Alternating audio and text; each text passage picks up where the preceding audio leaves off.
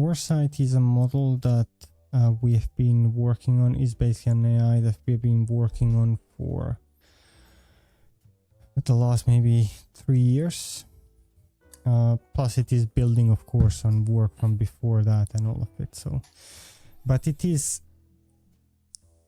imagined as a general risk predictor. So what you were just mentioning now is that you have many of these risk scores for many different things. And the idea with Foresight was, can we just skip this so that we have one that is doing everything, and that it is doing it in a way that it does not consider 1 or 2 or 5 factors or something, but it considers everything at once. So you just feed the whole health record, the whole medical history of a patient, the text plus the blood stuff plus any kind of lab tests plus even imaging. You feed all of that into one AI model, and it predicts you the future for that patient. So it basically simulates what will happen with that patient in terms of what diseases will they have, what symptoms will appear, what's even a good medication to give them, what's a good procedure to do on them. So it's doing all of that at once. Yeah, that sounds amazing, but that's very ambitious as well. Is it possible? Because there's so many different patient groups and so much noise in the data. Is that actually doable? So we are on the right track to prove that it is. We have already published one paper there, so Foresight version 1, where we showed that even just by using a text, so extracting from the free text portion of a health record, we use text just because text is probably one of the richest sources of information. You can get symptoms, medications, diseases, any kind of substance, any kind of procedure that was done, everything. You can get all of that out of the free text part of the medical history for a patient. And then what you do is you organize these, we call them biomedical concepts, you can call them medical events or whatever you want. You organize them into a timeline. So a timeline in this case simply means these biomedical concepts are ordered in time. And you feed that into a large language model and you use it to predict the future. That's very interesting. So you're basically saying these large language models that we've covered in the previous episode that predicts the next word fundamentally, instead of words, could we replace them with a timeline of medical concept? Is that correct? Yes, I would say like that we can go even a bit higher and say that these, I don't want to say now large language models, I will say transformers, because large language models are based on transformers. So a transformer trained to do language modeling is a large language model. These generative transformers are, you can even consider them universal sequence learners or predictors. So a sentence is nothing more than a sequence of words. Sure, every word has a meaning and depends on the stuff before and after it. If you look at a sequence of biomedical events like diabetes, then hypertension, then some medication, then a symptom, then whatever, you can really see the similarity because it is a sequence of concepts. You can even call them words, some kind of a token, multi-words, and each one of them depends on the ones around it.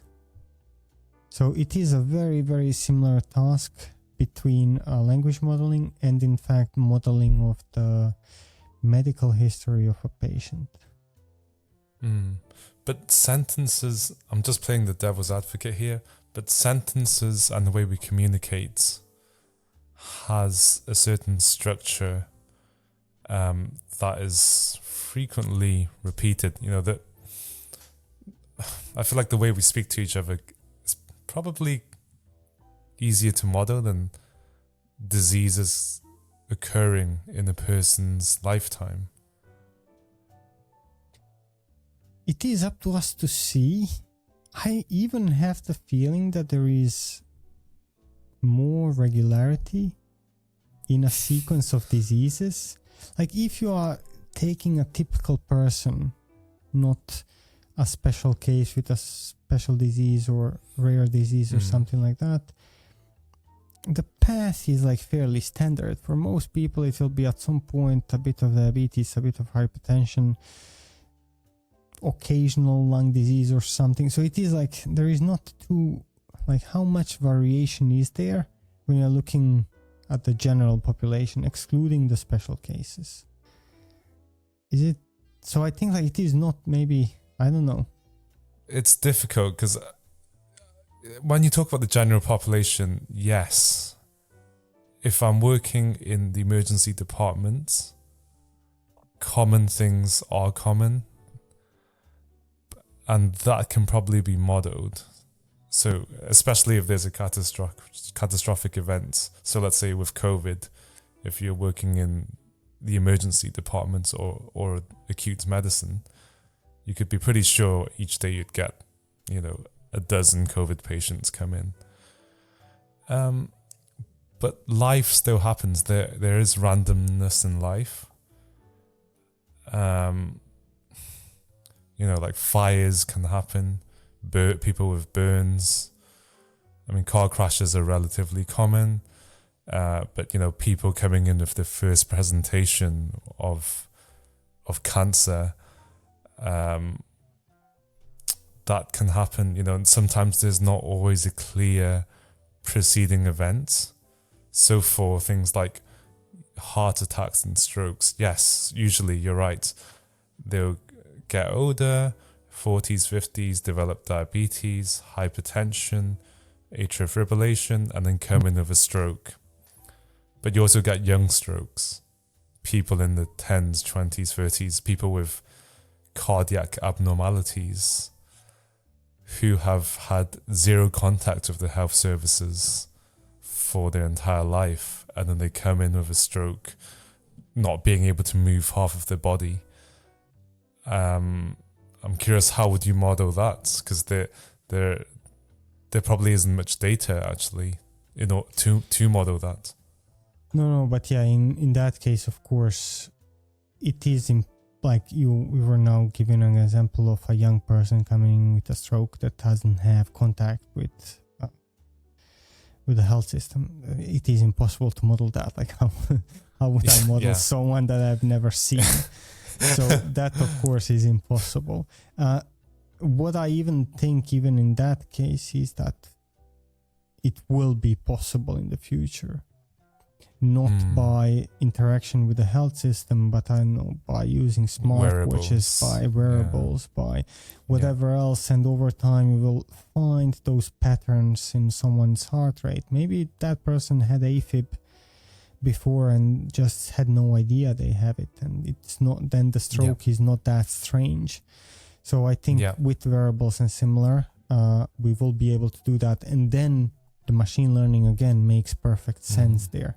AI models make perfect sense because you can apply them population wide. And genetics, right? If the parents have a genetic problem or have certain diseases, that there's a high chance the children will inherit it.